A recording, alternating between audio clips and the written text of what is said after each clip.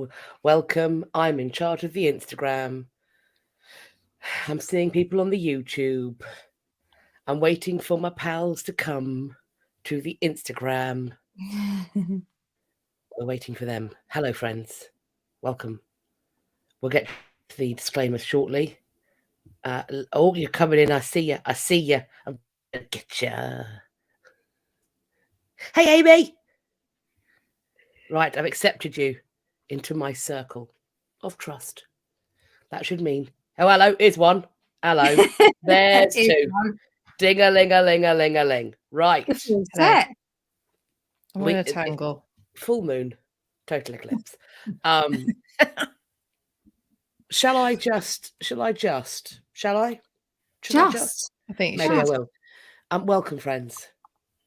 It's History After Dark. It's 8:15 GMT, which means that it's dark here. That's why we called it this. But also because we enjoy talking about history, the real facts, or at least the facts as we know them. But we also like to do it with a sort of shade, a soupçon of the proverbial, some innuendo, some smut, some swears, some general depravity is what we're all about. So that is why we have our disclaimer. Disclaimer is going to begin now. If, friends, you happen to be in an open plan office with a judgmental boss, this is not the one that they want to hear. Put a headphone in. If you are in a car or at a kitchen table with a small child, we call this child Timmy. Timmy's a dobber. Timmy is a problem. Now, if Timmy the dobber is the sort of child that might go, hear something, not say anything to you, retain the information like a sponge, take that sponge brain into school or daycare tomorrow and then repeat it in front of their innocent teacher, who then has to Google what's been said, and it is depraved. And side note, don't Google anything you don't understand. If you don't know what it is, don't Google it. It's not for you. Let it slide. It's not for you. If it doesn't apply, let it slide. If you don't know what it means, there's a reason for that. So if you don't want to get called at school tomorrow to a horror-struck teacher asking you why your child knows about something horrendous, then put a headphone in. Alternatively, you can watch them on the playback. I say that. It's always best to watch this live if you can, because there was one singular occasion where we said something so audaciously awful, so borderline illegal and highly offensive, that we had to yeet that footage into the sun. It will never see the light of day again. No one can blackmail me with it, for I shall kill them if I they can. try. Yes, you can, but don't. I have it. You can you can try. I would not recommend it. Well, for I send the boys round. Another thing we must you also don't say need to is send the boys round. That's correct. The other thing I have to say is this is not a drinking game, friends. This is never a drinking game. If you think it is, it's not. Don't do shots. We say a lot of the same things over and over again. Your liver will climb out of your bumhole if you play this as a drinking game. So we are History After Dark. Today it's a deceased Git. Perhaps, arguably, the gittiest of the Gits. We have our format. We'll be talking about early life, middle life, and Endy lifey. Endy lifey.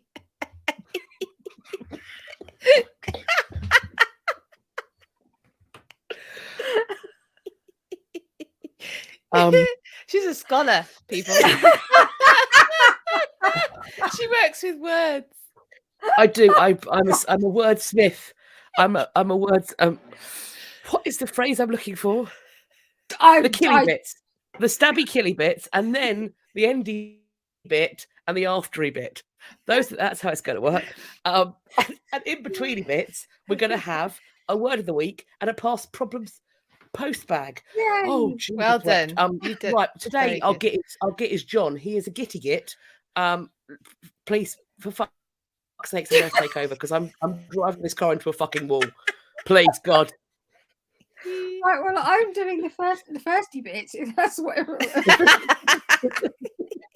Fuck you. Maybe later. Not right now. You definitely don't put that on the internet for free. Right. No feet on the what is it? No feet for free on the No internet. feet for free on the internet. Now we No have feet for free. done no feet for free.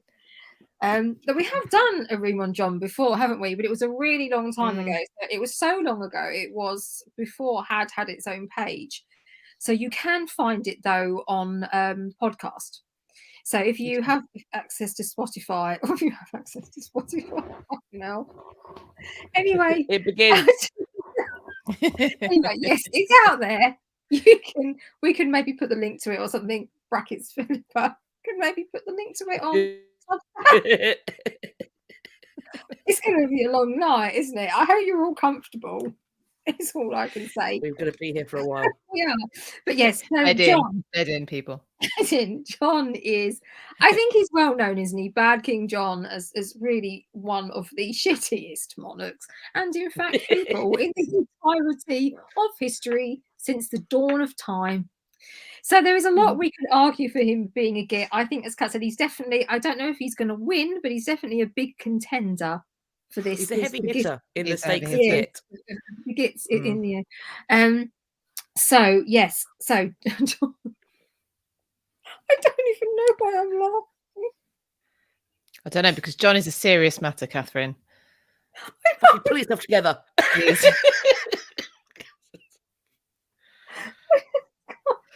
We haven't even got the starty bit because don't make it worse. Kiddies and me. Is he the twattiest twat ever? Well, we'll get into that. He's damn. He's got to be up there. He's damn close. Right. Okay. John was the youngest son of Henry II and Eleanor of Aquitaine. She was a bit of a piece of work whilst we're on the subject. But anyway, now we're not sure of his date of birth because it's listed as around Christmas tide. So we're talking late December 1166 into early January 1167. So around that sort of period. She hasn't even had a drink. I know. We don't even. Perhaps it should have been better if I was off. Yeah. Anyway, he was said to be, despite being the youngest, he was said to be his father's favourite son. And really, as the youngest of that many sons, the chances of him being king, even in those days with high infant mortality and so on and so forth, were actually really quite slim. So the fact that he got there in the first place was, one, a miracle, and two, a tragedy. Let's be honest about it. Yeah. But it brought us some interesting stuff, as you will find out. Where would people still be able to bang on ignorantly about Magna Carta if they hadn't have had King John? We'll get to that. Bang on ignorantly. You know where I'm coming from. I can open. No, I'm not going to go down that route. No. But because he's the youngest of all these sons, his father will distribute things out to his other sons in terms of lands and power and wealth and things like that. By the time you get to the youngest, there is nothing left for him, and he acquires this by the time he's in his teens, mid-teens-ish, this rather unfortunate nickname of Lackland. Now there are different opinions as to where this comes from, how derogatory it might have been, but it certainly comes across as quite derogatory, like, you're the youngest, you've got nothing, but it was a reality. However, he was his father's favourite son, and I think his father wanted to do something about this. He did perhaps genuinely feel quite bad about the fact that this particular son was massively at a disadvantage comparably. And I will say, as you will see as we go along, in terms of father-son relationships, this gives the Georgians a run for their money. I mean, this is quite special. So, So when John was 6, Henry wanted to give him, now, Chien, Loudon and Mirabeau. Is that correct? You're not asking me. Okay. It's close enough. That'll do, won't it? We know what they're talking about. Anyway, his eldest brother, Henry, known as the young king, because he was trying to be quite powerful, he was seen as this real figurehead, was fuming about this. So very early on, we're seeing wedges between all these brothers, and Henry, and John was never the most popular. The whole thing was just a complete mess, basically. Sorry, I thought you said wedgies, and I was just imagining all the brothers at court just grabbing each other by the braids and just atomic wedging. And considering that they're like the front of their braids would have been tied in with points, if you wedged someone in those, you'd get full wang out. You'd be like, bloop, bloop, mouse out of house. That's what I'm going to say. Just be like... It's Sorry. we're there, aren't we? Sorry. We're 10 minutes in. We're 10 minutes in, and we are scraping the veritable gutter, and I love it. Apologies. So who's getting wedgies? Everyone at court. Everyone. Left, right, and you centre. can't move. You cannot move. Getting a Mouse wedgie wanders. at court. I'm out of the house. Mouse, you can be in the house or out of the house. I was speaking euphemistically for the wee willy winky. Their little mouse, their little trouser mouse, was out of their mousy house.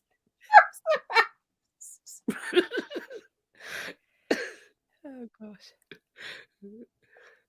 Whoever had sex planned tonight, I apologise. Never had what? Whoever had sex planned tonight, I apologise, because now you're gonna feel like a episode of Tom and Jerry.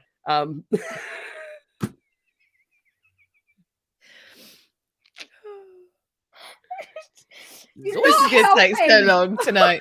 I hope everyone's got... Fortunately, I time. don't. For the love of Christ. He can't help you, love. He's abandoned ship, mate. We are fucked. We'll get to that as well, Right. yeah. Excommunication. Anyway, carry on. Everybody as well. Right, anyway, at some juncture, Eleanor and her sons rebel against John. But rebel against John? Oh, no. Henry, the other one. Henry. Daddy. The king, yes. But John Bad dad. died, and he's the only one that doesn't take part in this rebellion. And obviously this is going to help, sort of cement his position as the favourite here. And in 1174, when he was 7, he got some more things. He gets lots of things from his dad. He received grants that would earn about £1,000 a year from England and 100 livres, I think, from Normandy and Anjou. And that's annually. This is a huge amount of money. And he's 7. So he's had a bit of a result there, really. In 1175, now this is really low, Henry disinherited the Earls of Cornwall and used the reserves of their estates for John. They rebelled, obviously, at this point. So you can see he's lavishing all these things onto John, even though he's a small boy. In 1176, when he was 9, he was betrothed to Isabella of Gloucester. But once again, Henry manages to screw people over in favour of his son here, because it was done in a way that when the Duke of Gloucester died, his family members should have got that inheritance, and he did it in a way that inheritance would be sort of sideways taken and given to John instead, basically. So again, all these people are getting very angry, and we see John as this sort of really unpopular sort of, well, he got everything and people don't like him and it's not fair. My argument, I know we're talking about gittishness, but my argument at this point is this was a small child. All these things were out of his control. And he wasn't asking for these. Well, even if he was, Daddy, can I have all those things? I don't think it's quite as simple as that. So the fact that all these things are getting given to him, extracted and handed to him, I would say at this point is not down to him. And essentially, because he's a child, his father is still controlling all these assets and things like that. So they're not really benefiting him at that stage. So is this Henry giving them to John? Or is this like, him actually thinking, well, I'm going to take, because I can utilize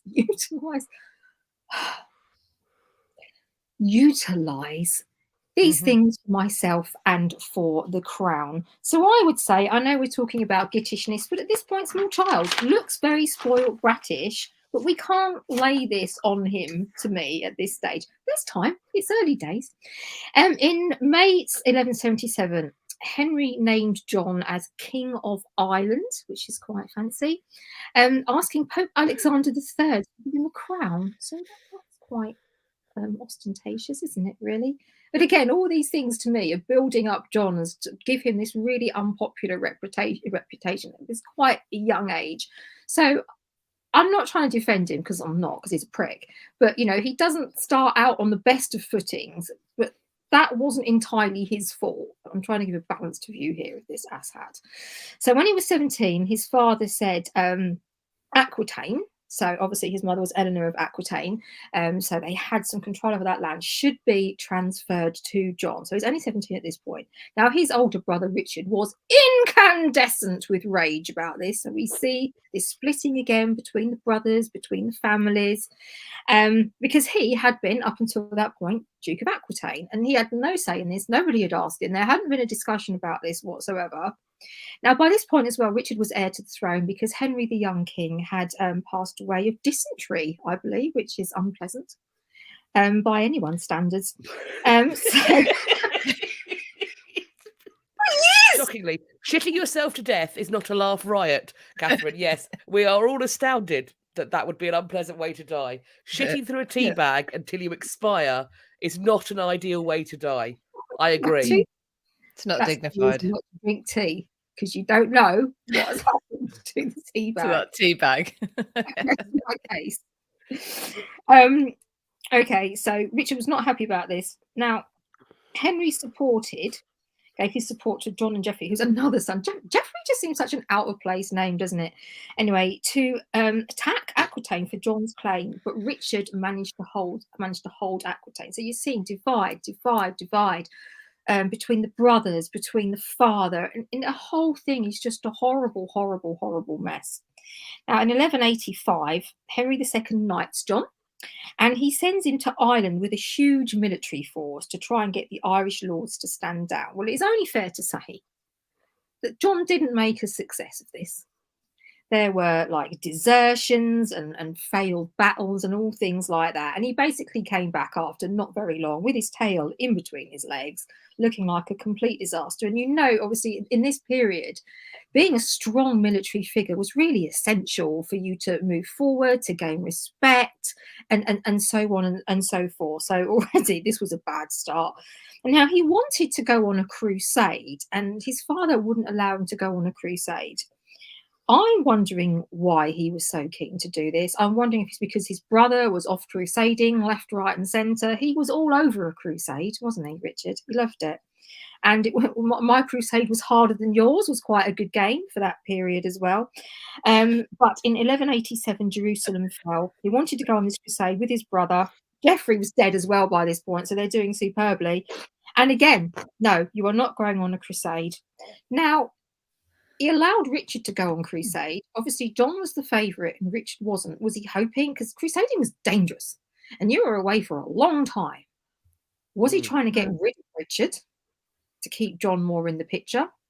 So anyone on crusade might be gone for 2 years, might rump it. Difficult to say. So I'm wondering if that's why he allowed one to go, the elder one, as the heir. You would think you'd maybe be trying to protect a bit more, but keep the other one there. Or he knew that John was a bit shit, I suppose, and maybe he wouldn't come back. It's hard to say. It's just conjecture. Let me know what you think. Okay, so whilst on the crusade, this was a dick move, Richard formed an alliance with the French King Philip. Okay, and this is probably because at this point he was fuming with Henry II because he had refused to publicly name Richard as his heir. I'm not quite sure why, because logically, if you can apply logic to most of these situations, you know, he was the eldest remaining son of the king, so you'd think that he would be the, you know, named as the heir, but Henry would just be like, wouldn't do that at all. So basically, Richard was very angry, and he also went out and he made this pact with Philip. He got some aristocratic backing as well behind him, and in the 12th of June that year, Le Mans fell, and Henry was there at the time. His health was really deteriorating. What's Kat laughing at? My Crusade's Harder Than Yours.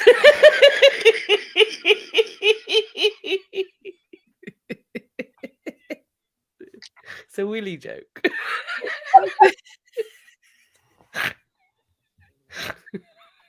They're all Willy jokes when it comes down to it. Yeah. Yeah. Okay.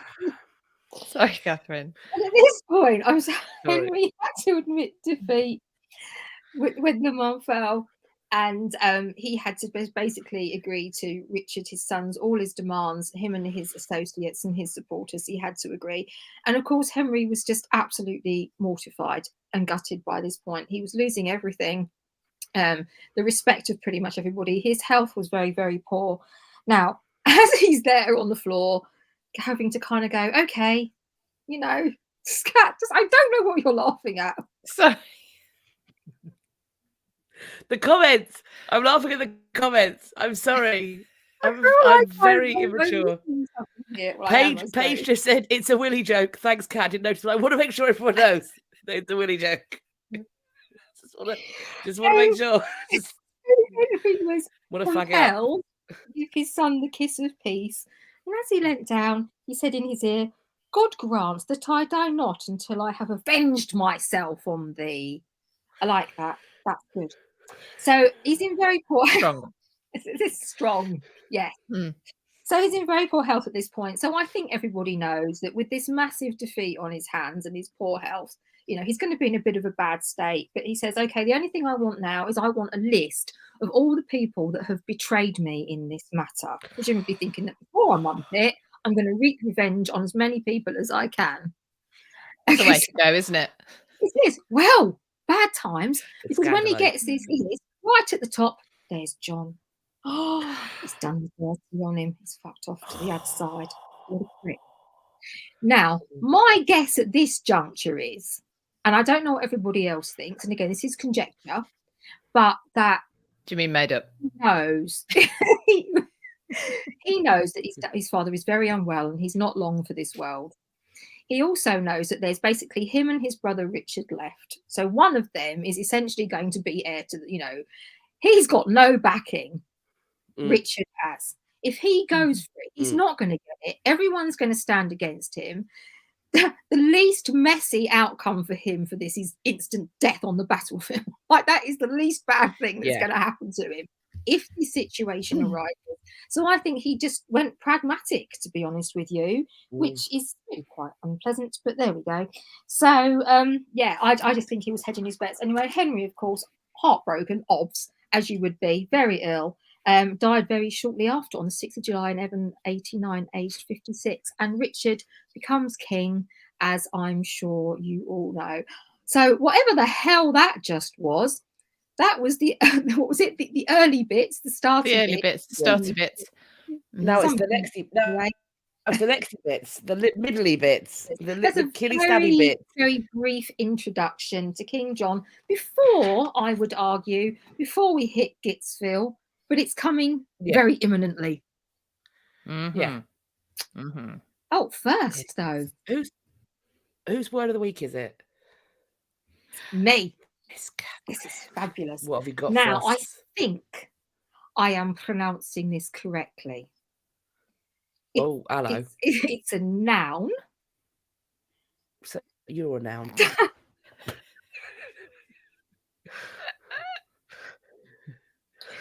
What is it? Go on, is it French? No. It was actually put together some Etonians. So, you know, we'll come back to that in a second. You've got to put a plum in it's your a mouth. very, very long word. It's flocky knocky hilly-pillification. Nice. That's amazing, isn't it? It's for you to say. Okay. Flocky mocky biddy. Flocky knocky hilly-pillification. Flocky knocky hilly-pillification. I think that's how you pronounce it, yes. Flocky knocky hilly-pillification. No one's going to fucking fact check that, to be honest. Flocky knocky hilly-pillification. Pretty pink, definitely sound guilty. It does. Anyway, that's, you know what? Is it? Let's guess. What do you think it is? But if I'm thinking if it's Etonian, it's got to be some kind of sexual innuendo, like a roll in the hay. Dawkins' historia. Is it contagious? Yeah,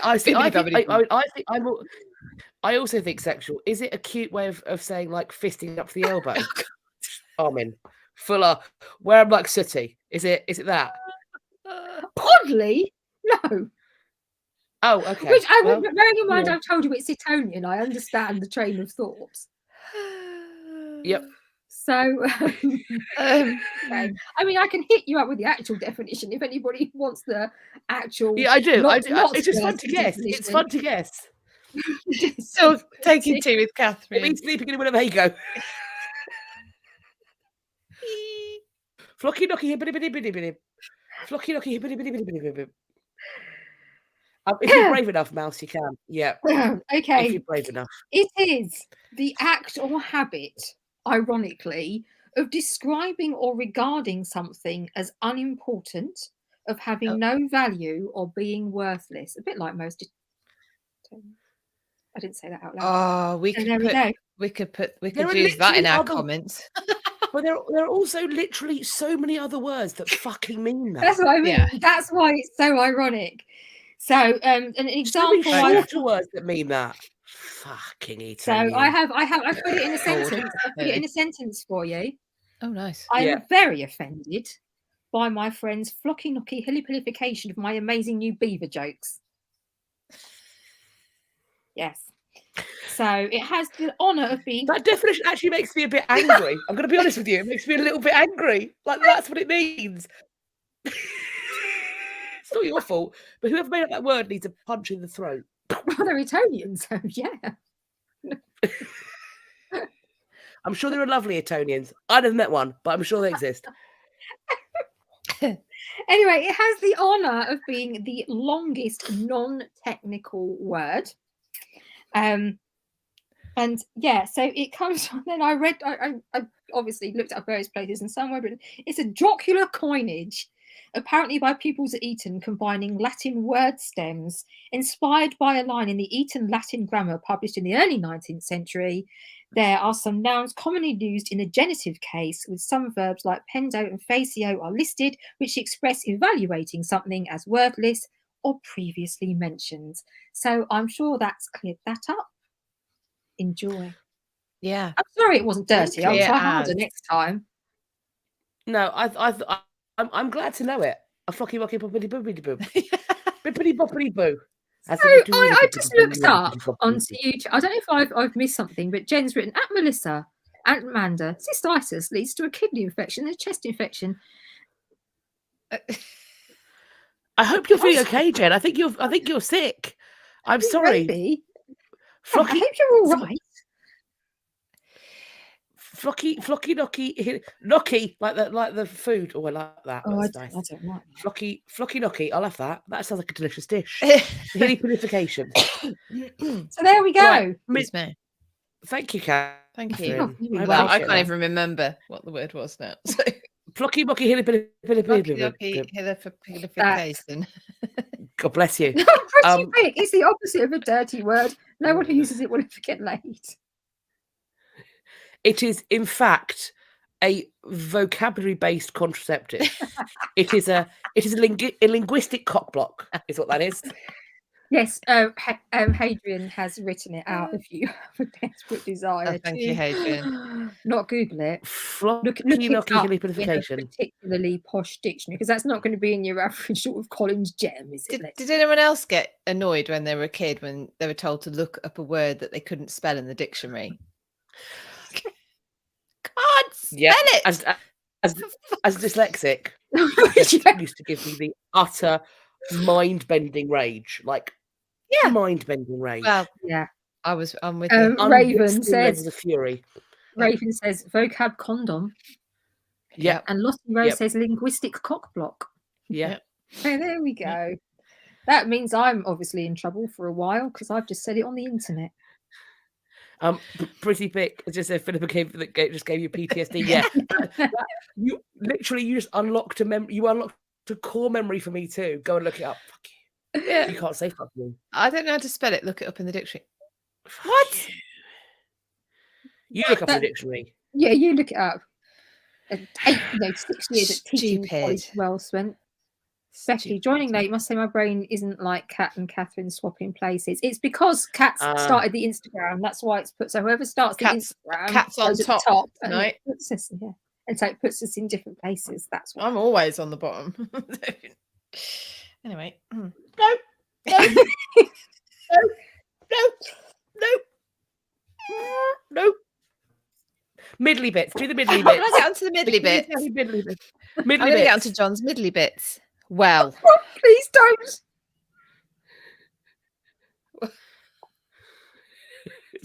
We've lost Catherine. Where's she She's gone? deceased. She's deceased. I don't want to think about John's middly bits. well, you're going to have to in a minute because I'm taking you there, and I am cracking my fingers to do it. So that's lazy for the fucking yeah. So You know what? One day, we looking. Oh, I've just spit. We're looking. Someone really highbrow will be going. I'm going to browse YouTube for some high quality history content because I'm looking for some people to make extremely famous. And no, not that they'll find this one. we can do better. We can do better. Anyway, John. Right. John. So John's middly bits. John's middly bits. So John's 34 by the time he comes to the throne. We have 17 years of John, and well, he manages to create in his 17 years a reputation that would endure throughout time. True story. So, you know, what does he do? Is he good on the battlefield? Is he strong and valiant? Does he prove himself a great leader? No. He's been described as. What are you laughing at already? I'm so sorry. Which is for I presume Cat's laughing at the same thing. Yeah. If you're on the bottom, you're doing the fiddly bits. Only if you're very good at what you do. Fucking hell. Oh, I do hope so, because that's where I'm going. Anyway, Marie, why I'm is so dyslexic sorry. so hard to spell? Probably for dyslexic is so hard to spell for the same reason that dyspraxic is so hard to say, because people are shits. Fair. Right, let's sorry, please. Let's get on. Shush then, otherwise we're going to be here all night. So, all right. So John has been described basically as a total jerk, as just a terrible king, the worst king ever, most succinctly, a shit. And that is from his contemporaries right through to his biographers, like more recent ones like Mark Morris. And along the way, many have tried and failed to find some traits in John, actions, whatever, that could, I don't know, I suppose you'd imagine in someone's story, well, there must be something to bring about a bit of balance. No, they can't. They can't find anything. There's no redeeming features. When we did do this on last time, I think we've realised, or we tried to find something, and he'd given a woman a job at some point. So it was Nicola de la Haye. He let her be the barrel. Yeah. He made a woman a sheriff, right? Yeah. Before he mumped it. She was a bad actor. Which is probably more about her than him, to be honest. She must have been a fucking double R bastard. Yeah, and he was like, you'll do. So double R bastard. That's literally the only thing we've ever found, and that's really with our sort of feminist hats generous on. head. Yeah, very generous head. So in a time where chivalry was, you know, this is how you're supposed to act. He had no chivalry. He wasn't brave. He had no sense. He was cruel. He was tyrannical. He was barbaric. And I think he was probably a fucking Fruit Loop. Official diagnosis. Let me fetch the ICD-10. Hang on. Take that to the doctor. I am a fucking Fruit Loop. Can you fix it? No. No. It appears not. So let me just give you well, I'm going to take you through some of the things he did and see what you think. He was judged at his time. He's been judged ever since. So this like cruelty without chivalry is one of the things. He is responsible either by order or directly for the murder of his nephew Arthur of Brittany, the son of aforementioned Geoffrey. who used to be the Toys R Us giraffe. Do you remember those adverts? Yeah. Anyway, Bloody hell, it's just core memory from I'm childhood. still Constantly bringing them up. Now he savagely. Well, some of the reports say he savagely attacked Arthur, who was about 15, I think, at the time, gouging out his eyes, all sorts of nasty stuff in some kind of drunken Fruit Loop rage. And yeah, he did this in Rouen. So I noticed earlier someone put that he was murdered and chucked in the Thames. No, he didn't bring him all the way back to chuck him in the Thames, whatever the river is near Rouen Castle, perhaps. I don't know what the name of that one is, but anyway. And also any of Arthur's supporters, because Arthur, of course, has a claim to the throne. He's the son of an elder brother to John, so he has support in France, and he has support in well. So at the time, you've still got French, English nobles. They're sort of one and the same. Anyway, any of Arthur's supporters, he sticks in Corfe Castle and starves to death. A little bit of a favourite, actually, method that John likes to use. It's not just John killed a giraffe. Yeah. There's the jingle. Do you remember the jingle? Yeah, it's a magical place. We're on our way there with toys of a million all under one roof. It's called Toys R Us. Toys R Us. Toys R Us. Ewan said that teenagers can be tricky. That does not mean that you get to murder them and dump them in the river. just put that out there. Teenagers can be tricky. Yes. Yes. Is Richard III taking notes? I mean, we talk a lot about how Richard III is a nephew killer, but ding-a-ling-a-ling, John, if we've got SF King Cooler, John killed a giraffe. Yeah. I mean, if he had half the opportunity, John would have definitely been a big game hunter. He's exactly the kind of inadequate tosser who would have wanted a fucking giraffe's head on the wall beside an endangered lion and a rhino. That is his desire for. He would drive a fucking Ferrari. That is who he is. Oh yeah. It would be a gold-plated one of those wankers. Or one of the two-tones. The two-tones. Oh God. Oh. So if you have one of these, then we're not sorry. We love you. But... CMCG says Drunken Fruit Loop Rage. Sounds like a good title for a band. Yeah, John and the Fruit Loop Rage. Yeah. John was a massive hunter as well, actually. We might mention that a little bit later. Yeah, he was. No, sorry. Jeffrey is just the name of the Toys R Us giraffe. That's it. That's the entire link. Yes. It really is no more relevant than that. But yeah, so John didn't just treat his enemies or rivals in a bad way. So this is quite an infamous incident with the wife and son of a man he'd grown up with, actually. Yeah. So he didn't keep many childhood friends.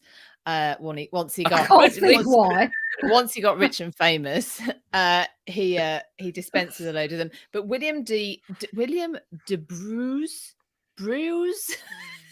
I think it was Breosa. I've heard Breosa. Breosa, but it's also Breosa. So that's going well. Okay. But anyway, his mate William. Yeah. He had his wife and son imprisoned. It's either at Windsor or back at Corfe, and starved to death. And it's an incredibly upsetting, horrible incident where the mother outlives the son, and they know that because she's started to gnaw at her son's cheek. And he does this apparently on the back of the lady's name was Matilda, on the back of her basically reporting that Arthur's dead and has probably been murdered by John. So so that's enough of a reason to throw you and your poor son into a dungeon. There is another as well incident again. So this is horrendous. This is in 1212. And I'll tell you why that's relevant a little bit later on.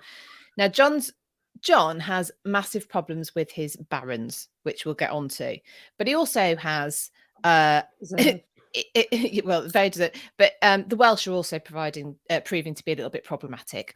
They're not too keen on being subjugated to England, and especially not when the head of England is a shit called John. So, but so anyway, so they're having this to do, and not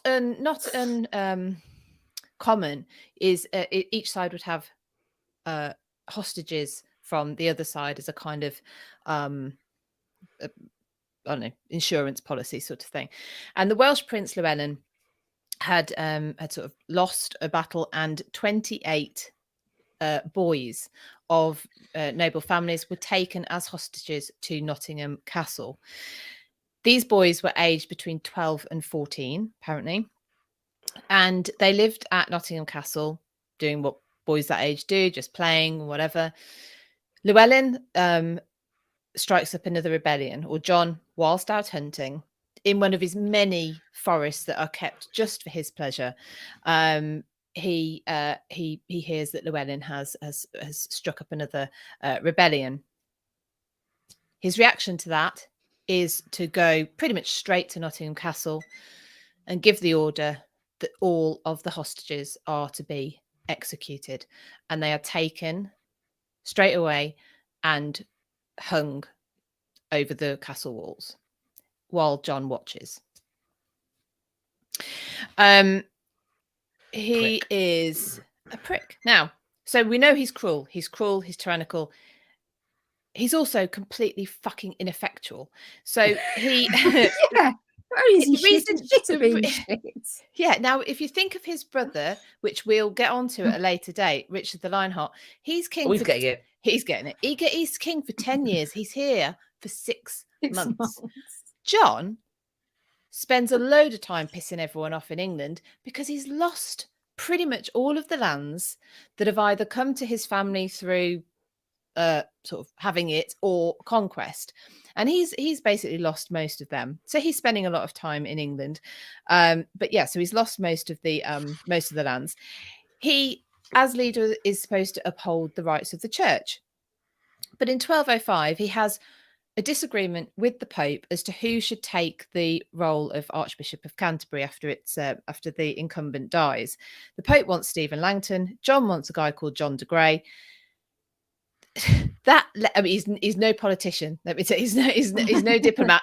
He nope. has such an argument with the Pope. He presumably doesn't back down because he gets excommunicated, and the country it goes into a 6-year-long interdict, which basically means there can be no church services, there can be no burials, there can be no anything that you think of. And this is really, this basically puts every one of his subjects' souls in peril. During this 6 years, by the way, the Nottingham Castle hangings. So these poor boys don't even get a proper burial.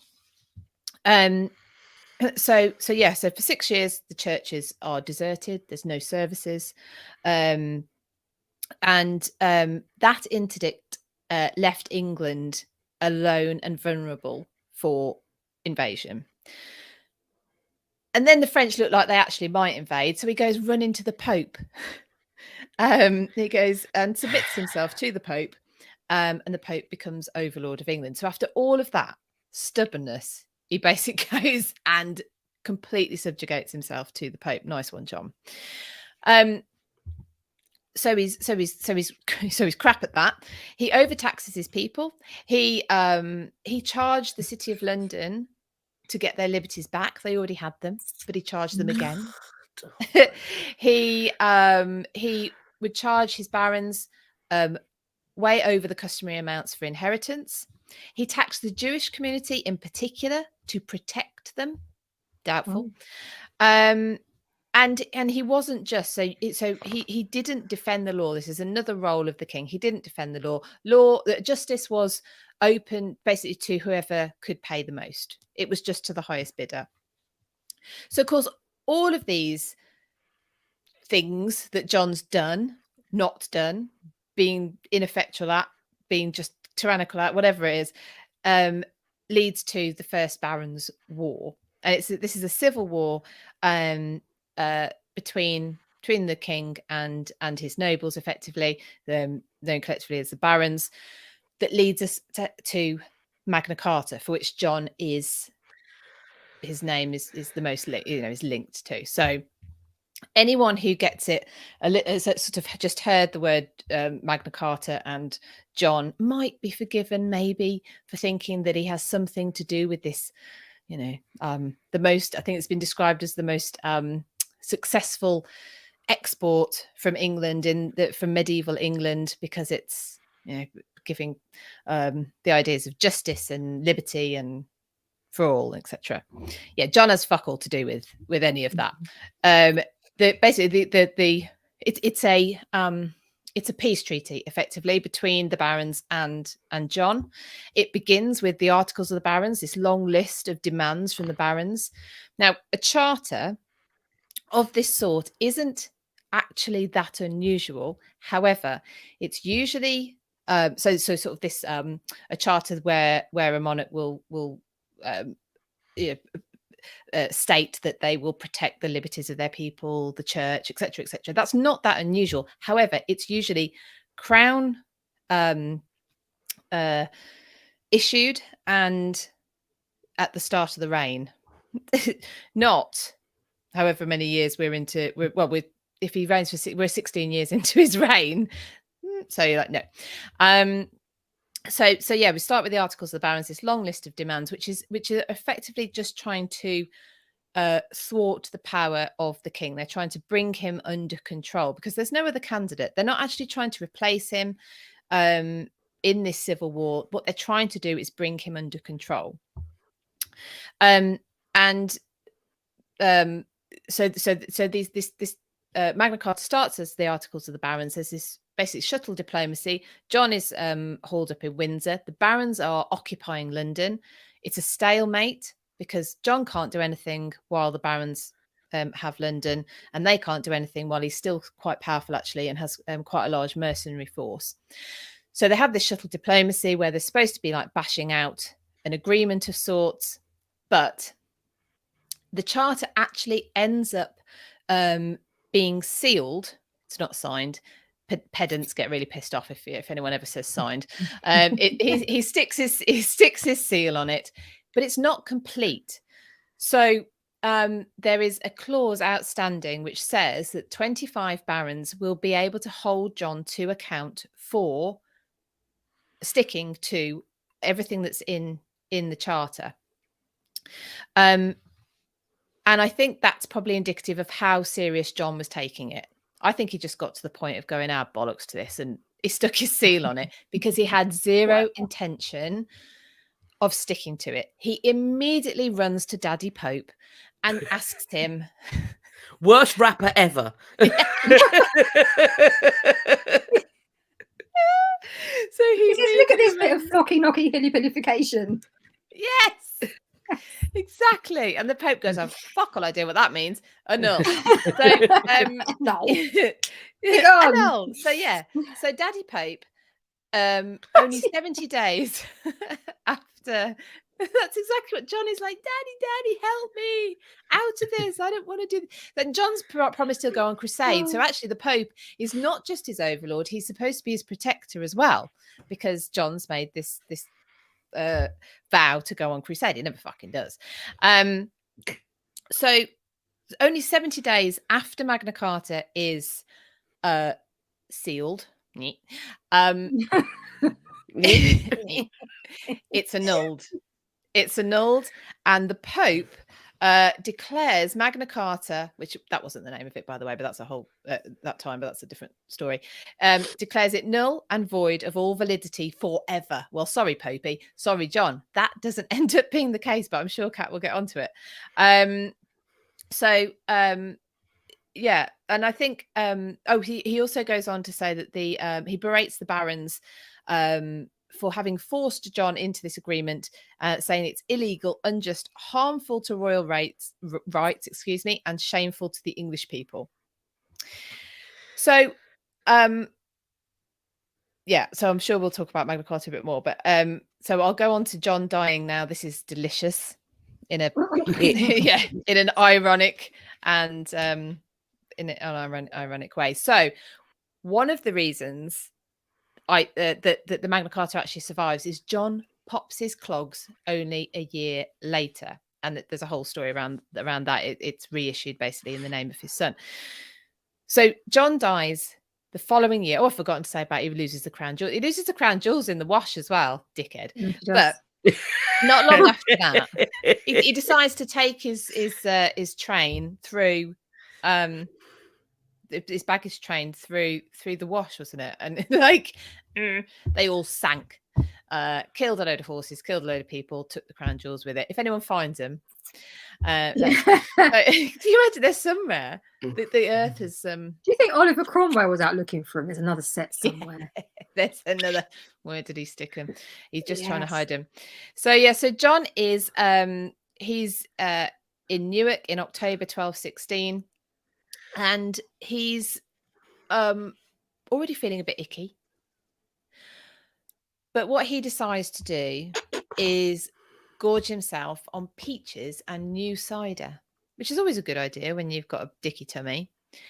He basically, so his symptoms take a severe turn for the worst, and he's recorded as dying from dysentery.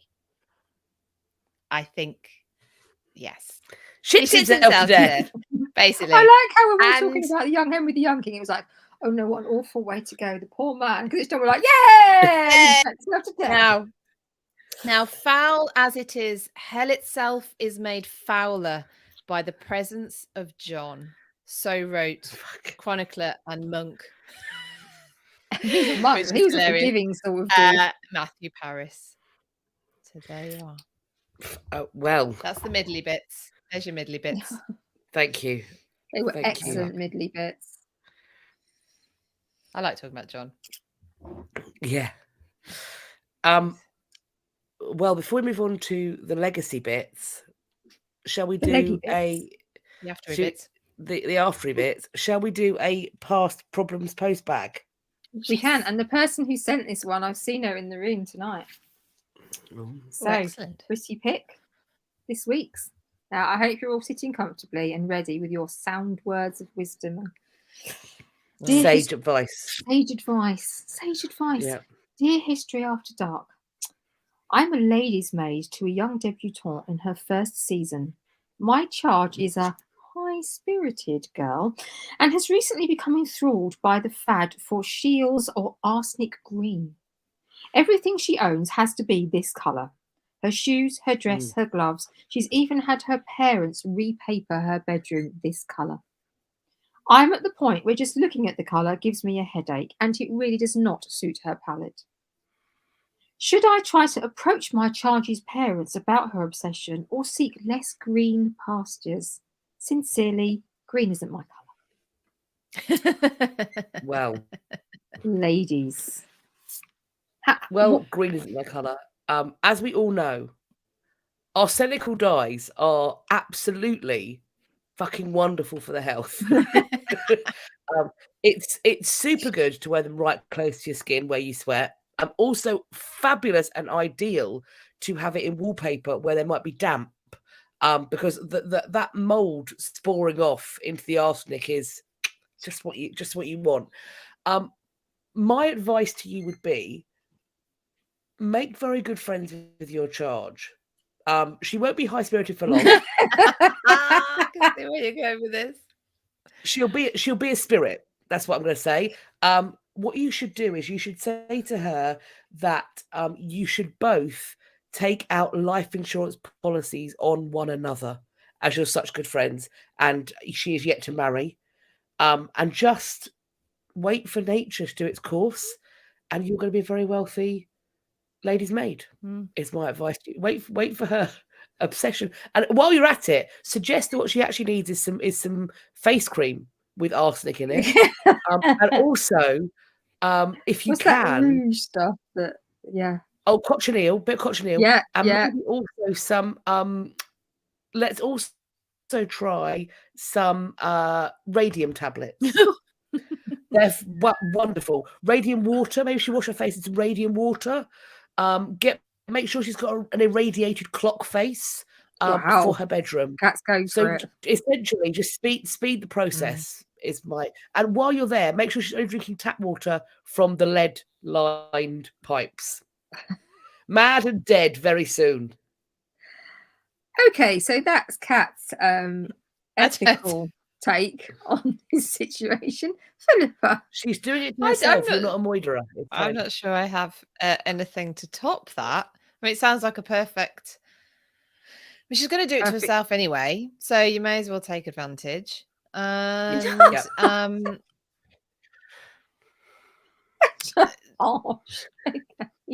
just keep out the room as much as possible, so that you don't also go down with it and don't lick the walls. Mouse Wonder said, encourage her to get out of the house more. Maybe a part-time job in a clock factory. I hear. Either that or maybe a match factory down in Bow. Just Fossy jaw, radium jaw, whatever. And you see, I don't think there's much point in talking to her parents about this, because they papered the walls. They agreed to paper the walls with this green stuff. So I think her parents' assistance in this matter is maybe her parents hate her and they're hoping she's going to die. Maybe that's why they've gone along with it. Oh. Anyway, look, I think in summary, everyone's going to be dead very soon if you don't get the fuck out of there. Yeah. So you either set this up with some sort of financial benefit to yourself. It's not going to take long. You haven't got to hang about long for this. Or you just do the off, basically. So life insurance policies, or do the off. Don't die. Is that a fair summary? Fair summary. That'll do. Yeah. That'll get in the will. So I hope that was, as always, I hope we put that advice across in an articulate and erudite fashion, that it is useful. It is, of course, easy to apply. That I can't see any potential legal issues with that whatsoever. Secondary disclaimer coming in. All of the responses that are made by the team at History After Dark to our Past Problems postbag are intended to be satire. At no point are any of the ladies suggesting that you poison people with wallpaper, nor when we suggest that you bash your neighbour's head in, as we probably have done and probably will do. It is satire. I don't know if I remember that. Okay. Maybe it was somewhere else I did that. Sorry. This is satire. Jen makes a good point. I was going to say maybe her parents have already taken out a life insurance policy on her. Maybe. Well, you could have more than one. Ask H.H. Holmes. And really just really like St. Patrick's Day. So there we go. Maybe where she's going, it will always be St. Patrick's Day for her then. So there we go. Instructive. She'll glow in the dark. So she will glow in the dark. She will need to go in the price of electric these days is a bonus, quite frankly. Maybe they'll keep her just as like a glow in the dark lamp.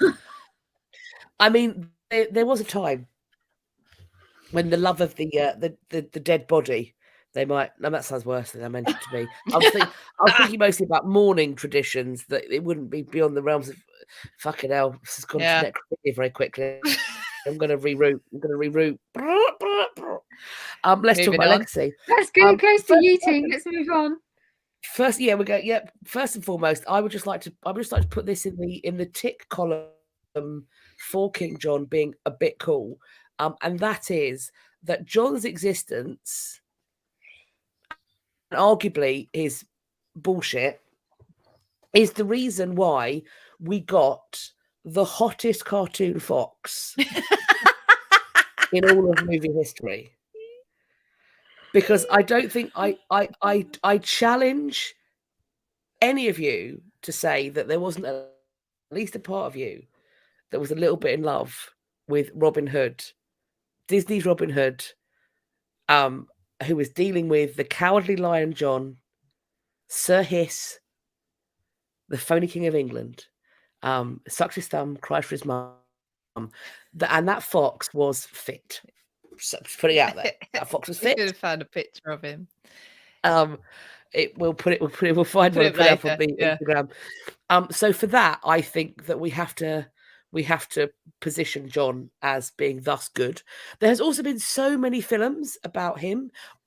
Also, second crush that I had, because of the nonsense around John, we got Robin Hood, Prince of Thieves, which then gave us Rickman as the Sheriff of Nottingham in his delicious leather pants. I'm going to cut your heart out with a spoon. So in terms of like the film legacy for John, it is on fleek. I'm sorry, but good times all around. It was the suffering of the people in the 12th century. It was worth it. Well, I'm not there, and I'm not suffering.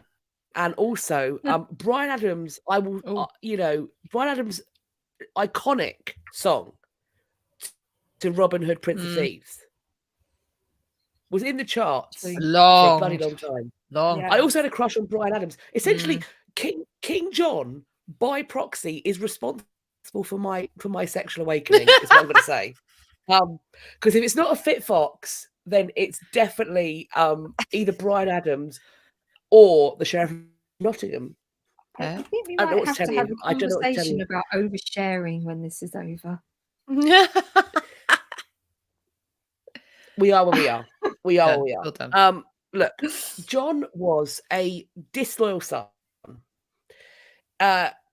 He also fucked off his brother. Like, while his brother is off crusading, it's kind of annoying that he's never in England, John is just constantly in the background, just fucking with shit, annoying people, trying to do just nefarious bullshit. And so throughout his life, he is just consistently, when there's been an ethical choice or a non-ethical choice, even if the non-ethical choice is the harder choice, is the thing that's going to make things more difficult, John's like, that's the one for me. That's the one I'm going to pick. To me, he has almost like Iago levels of like motiveless malignity. He could just fucking toe the line. I don't know if it's a case that he has like almost pathological demand avoidance, that if he is told he must do something, he's like, fuck no. I'll do the opposite. Fuck you. But like Magna Carta, as you rightly say, it's we have this shilly-shallying, and John gets the credit, and I think it's a mark of how wicked John is perceived to be that we have expanded what Magna Carta was in our minds, proverbially, and the kind of the powers that it gives. There are people that lean on Magna Carta like it's the American Constitution, like it's a Bill of Rights, like it's some kind of way of liberation. It's still feudal England, friends.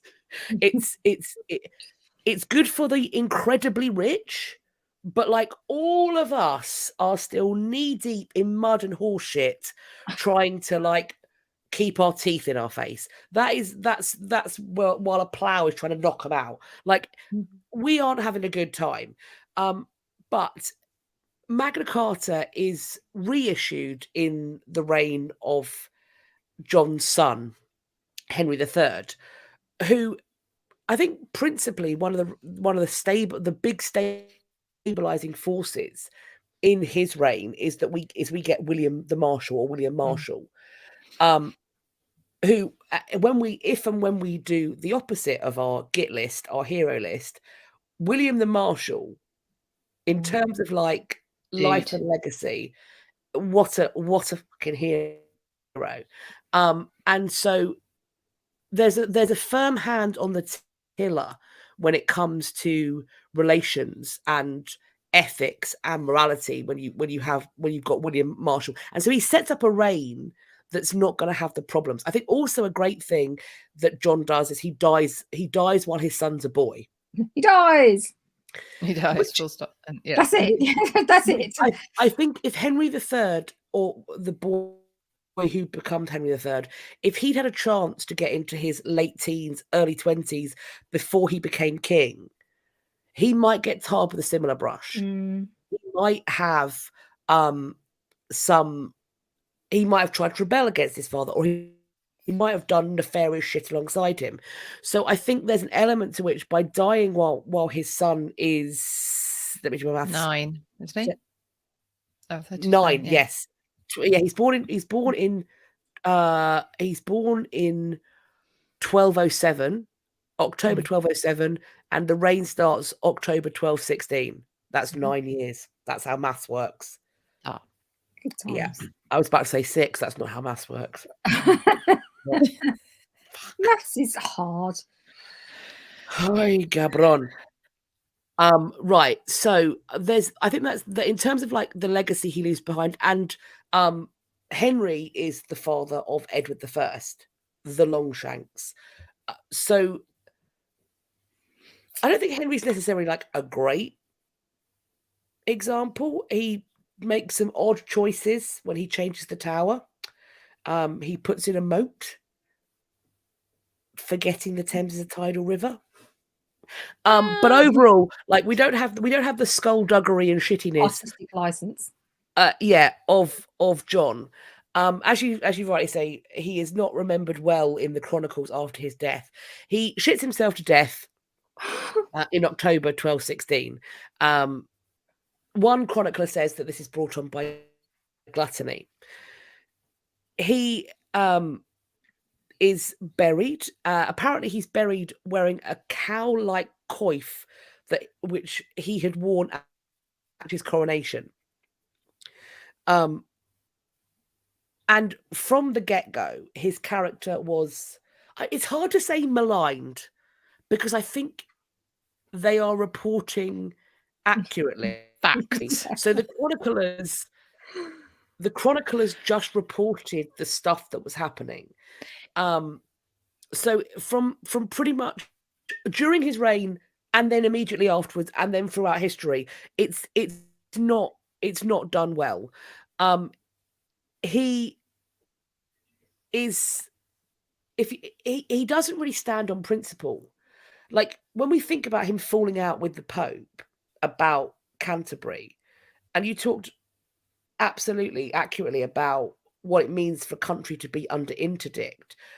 One of the reasons why John doesn't seek to make friends with the Pope before the threat of the invasion of France is because all of these bishoprics start to sit idle. Either people go into exile or they die. And without papal oversight, you can't put somebody in the bishoprics or the whatever episcopal seats there are. And so with nobody from the church filling those, that money is going to John. Which, of course, Henry VIII would learn when he starts dissolving monasteries, that without a pope, a king can become very wealthy. However, Henry VIII has set up a rival church that can do the stuff for the people. It might not be exactly the same, but there are still burials in consecrated ground. There is still last rite or extreme unction. In most cases of interdict, there is still going to be infant baptism and confession for the dying. Those two things potentially still exist, although perhaps not always. And if there aren't churchmen to do it because they've left, I don't know who does. But yeah, people, marriages aren't happening, burials aren't happening. So it's just generally masses for the dead aren't being said. It's just generally a complete fucking shit show.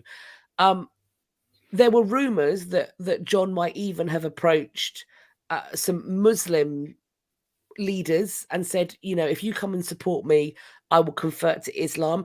In terms, that's something that's been bandied about. In terms of the actual evidence for it, I think that's more about saying how craven he is.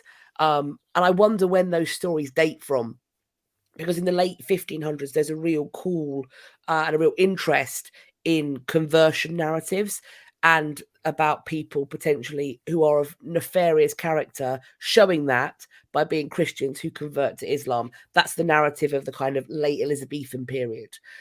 So I'm wondering if that comes from there, that this kind of duplicity is evident and being expressed in John because he is prepared to potentially convert himself and his nation to Islam. He has a whole bunch of illegitimate children. Yeah, I think that's. I'm pretty much. I think I'm pretty much running out of steam. Like the legacy is not great. No. To be honest. The legacy is by accident. If you want to think of Magna Carta as the legacy, Yeah, it is by virtue of him dying, of it being reissued in 1217, basically with the direction of William Marshall, strong direction of William Marshall, Yeah. who sees it as a vehicle for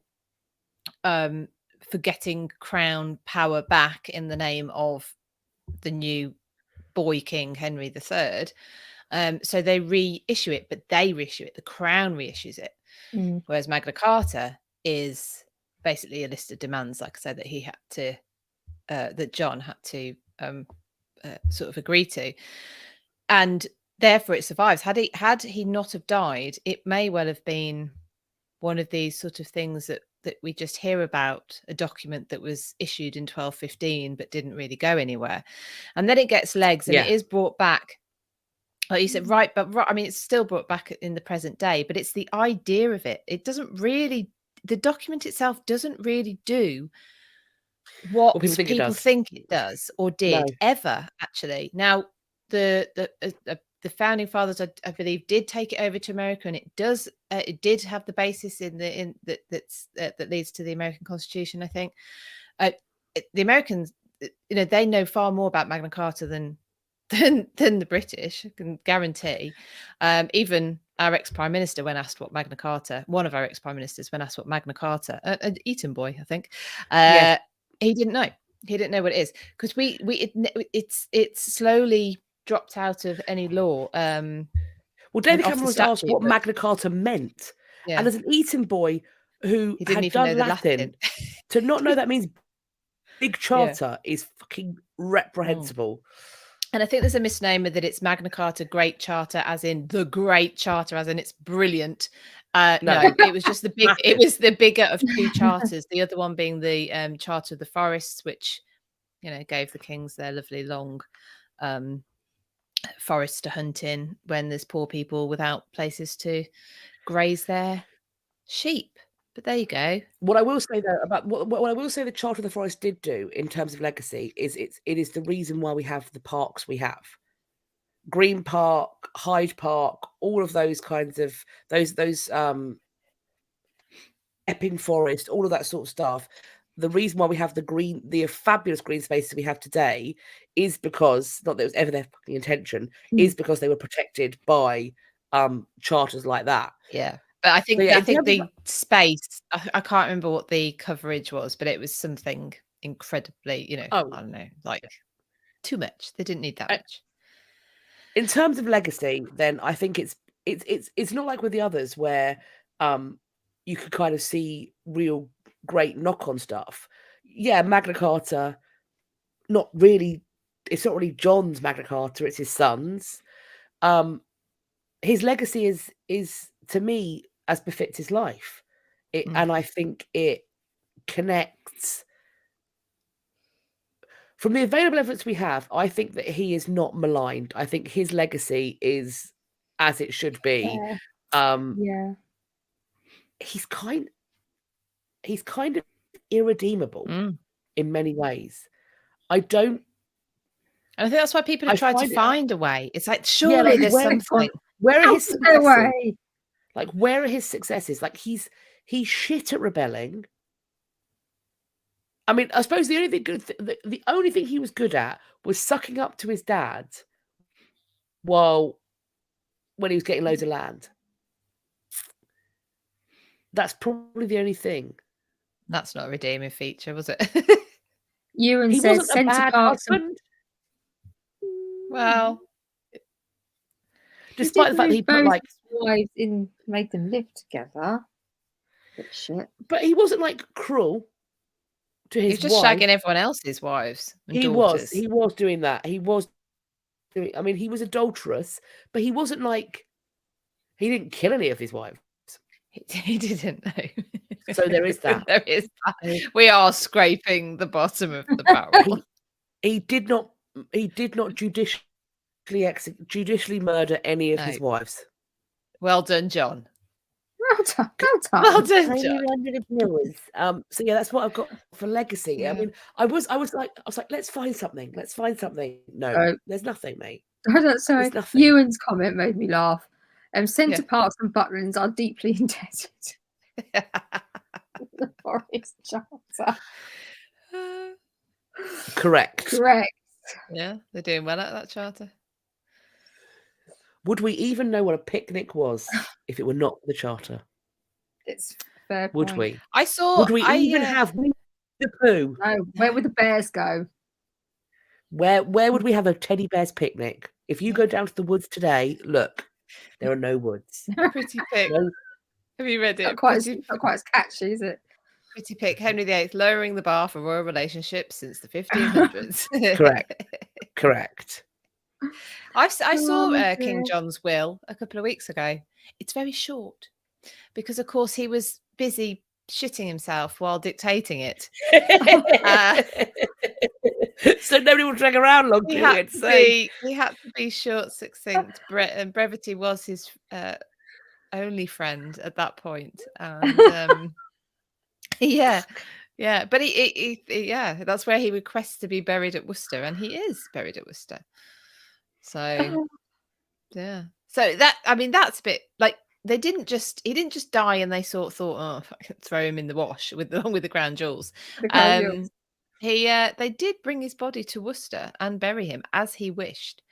So someone could be probably Marshall. I reckon William Marshall probably had something to do it because he was incredibly loyal. 5 different kings, 5 nutty kings, a lot of them as well. And he stayed loyal to them all. But anyway, we'll look forward to doing him. Oh, William the Marshal is for me, and maybe as we look into him more, we'll think so different.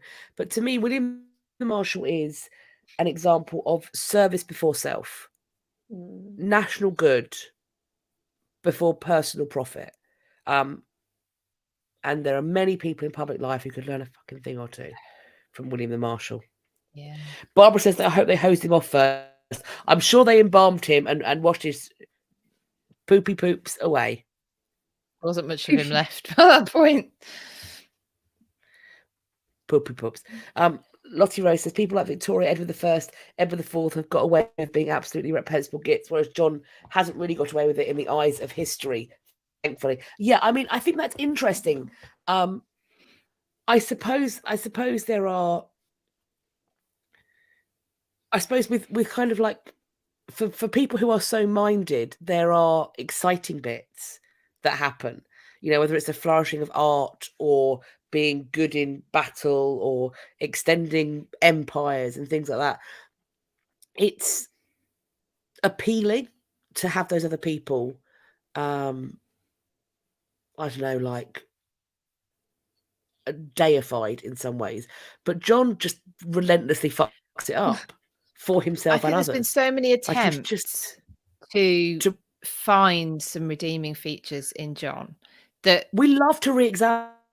We love a reassessment. Yeah, I mean, it just hasn't. And it usually goes completely the other way as well, as if someone's done Yeah. absolutely nothing wrong, but no one can find enough to even try and counteract a Not little a bit of pamphlet. John's. No, not even a pamphlet of. And it's unfeasible that countless people haven't tried. There are. Oh, they I'm have, telling you here and now, there will be the start of books. John, a reassessment, or John reshaping the narrative. There are going to be hundreds of books that have started. Maybe got to chapter 3 and gone, do you know what? That's just calm. Got to change the title. This fucking guy, John, prick. The end. Yeah. There's a great book by Sharon Bennett Connolly called Ladies of the Magna Carta, and I interviewed her, and she was like, "I tried with every." She's a very sweet lady as well, Sharon. She's the sort of person that really would see the good in anybody. I tried to find some redeeming. I just couldn't do it. She said, "I tried. I think for me, I can't lie. I just couldn't find a single thing. But he's also not somebody who you can say was of his time either. That is his behaviour was of his time, No. because he was No, equally as yeah. despised by his contemporaries The Chronicle's as being like, anyone since. Now, the Chronicle's been like, he's in hell. This And man, that's this King too of good for England him. is having his feet tickled by Beelzebub. Even The Satan's there he's going, "What?" having more than Beelzebub. that. He's- Tickled. He is in fact being fisted up to the elbow.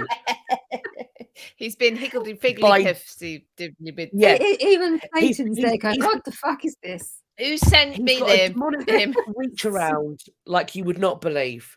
So Paige says maybe somebody should start a King Rich society and they'll find positive things. We don't fucking need that. What? Jesus. Well, we do. I want to see that. Oh, here we go. Start a King and they will find some more positive things about him. I'm up for seeing anyone's effort on that. The Widows of Lancaster, here we come. It's happening.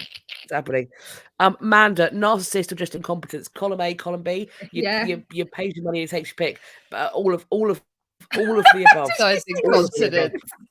Also incontinence, both anally and also in terms of his behaviour.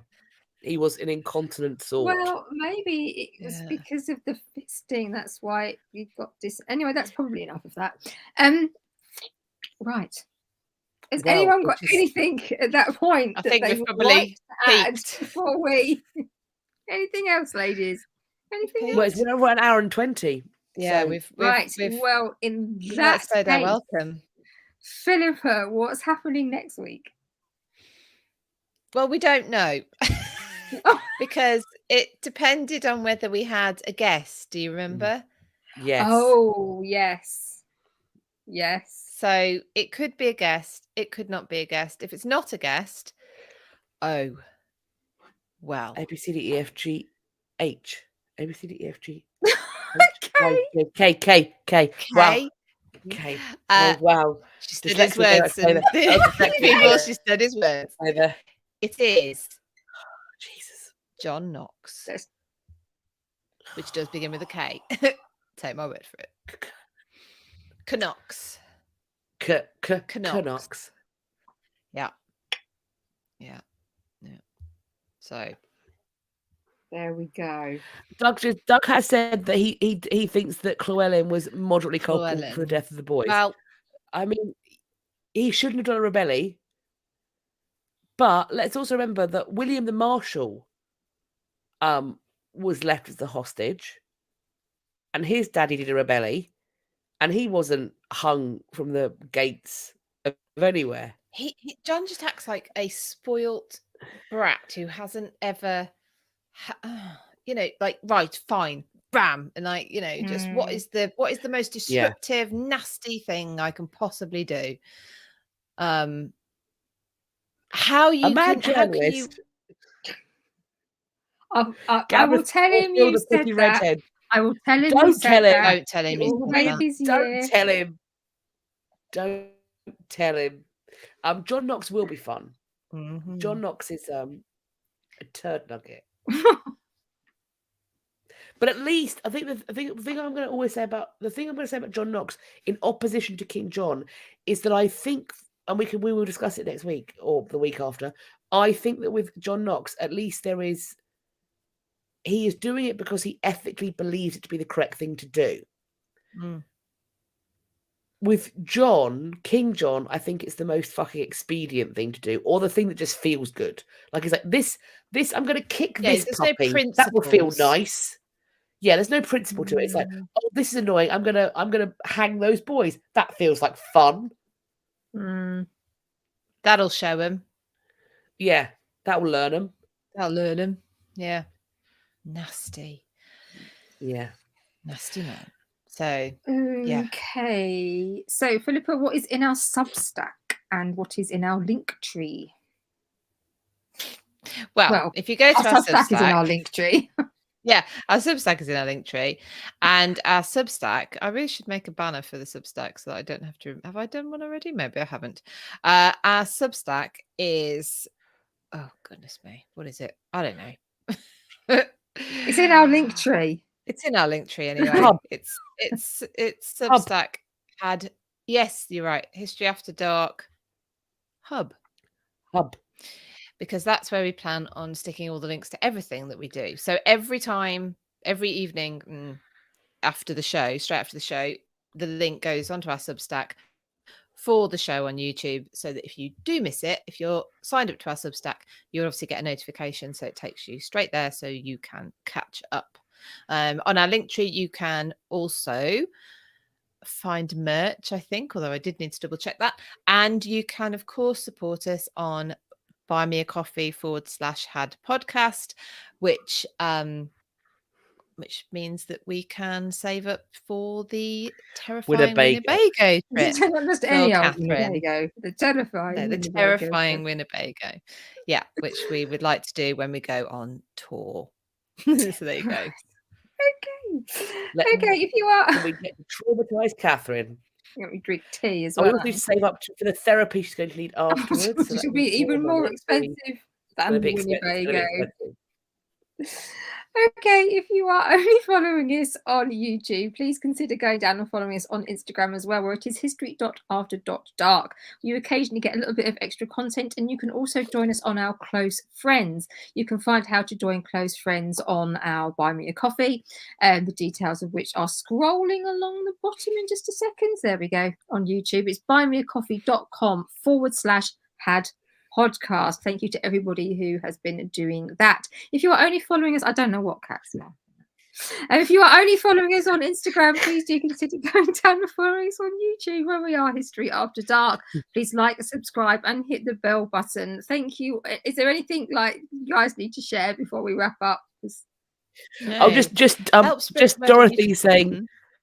Just Dorothy saying that we are now down to liability 1, liability 2, and liability 3. It was always going to happen. We were always going to drag Philippa down to our level. She's scraping, trying to avoid it, but no. This is normally way past my bedtime, by the way, people. Like, I'm doing well to string words together. Words are hard. Words are hard. Okay. All right. Is that are we about done? Are we wrapped up? So we will see you all next week, John Knox. If we don't have the guest, if we do have the guest, obviously John Knox will be in a fortnight. So look out. We will let you know when we know, probably. Yes. We'll just turn up 1 to 10, maybe about 6. We're feeling generous. Yeah. We have got merch coming, actually, by the way, people. We have. Well, it's there. We've been working on it. Can't work out why the website doesn't work properly. Yeah. So it's there. It's not our website. So it's so close. It's not our website. So yeah, we're very, very, very close. Right. On that note, thank you to everyone on both platforms for joining us again this evening. I don't know what the hell that was when it started, but it picked itself up and sorted itself out a bit by the middly bits. The middly bits. Taking credit. The endy bits. So, right, Kat, be nice to giraffes. Jeffrey, I'd be nice to giraffes. Yes, that's a fair point. All right, I'm going to count us down. Yeah, right. Okay. Thank you, everyone. We're going to leave you. We love you long time. We will see you next time, but we're going now in 3, 2, 1. Bye. Bye.